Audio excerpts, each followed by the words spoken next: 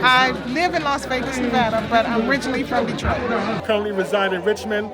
I saw online about the Detroit Book Fair, and I wanted to come out and, help extend my audience to the Detroit area. Ask your mommy if she'll get you a copy of the book so she can read it to you. Independent authors from around the U.S. came out to the second annual book fair hosted by Detroit Book City. As people strolled from table to table, hearing in person what the authors had to say about their work, Curran Phillip explains why he was inspired to write his book, Malik's First Job, Financial Principles for Teens. Think back to my early adult years and all the mistakes I made with finances.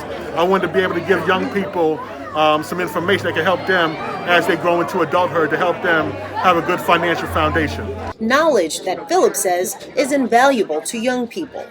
In order for our kids to properly inherit the assets and resources we pass down to them, we have to make sure they're educated, right? So they have to be prepared to catch the baton when we pass it down to them.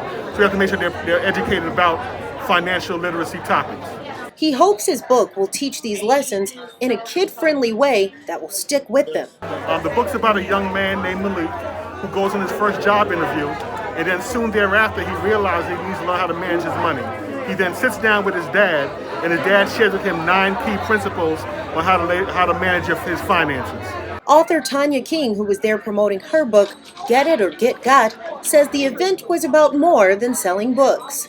It helps upcoming authors to get knowledge from others, to learn from others, to get ideas from others.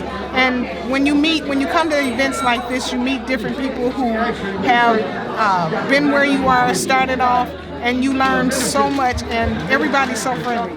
While the book fair brought out mostly adults, some children also showed up to check out the offerings. And some kids were there promoting their own literary work.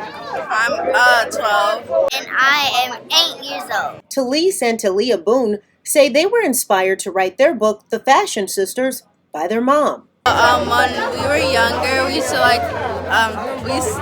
to do fashion shows around the house, and then we like to write little stories, and so our mom had the idea that we make a book about fashion. Talia says it was a lot of work. It was fun. But we did a lot of arrangements that kind of made it hard.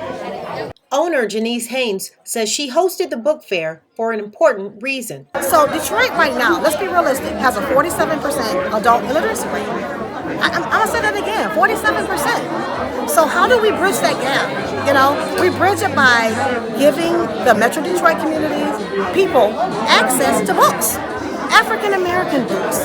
Haynes says if it weren't for events like this, these authors may not get the exposure they need. Black writers are all over now. They're writing like never before. And the only way we can really connect them, not at the big box, at the independent bookstores and at platforms like this.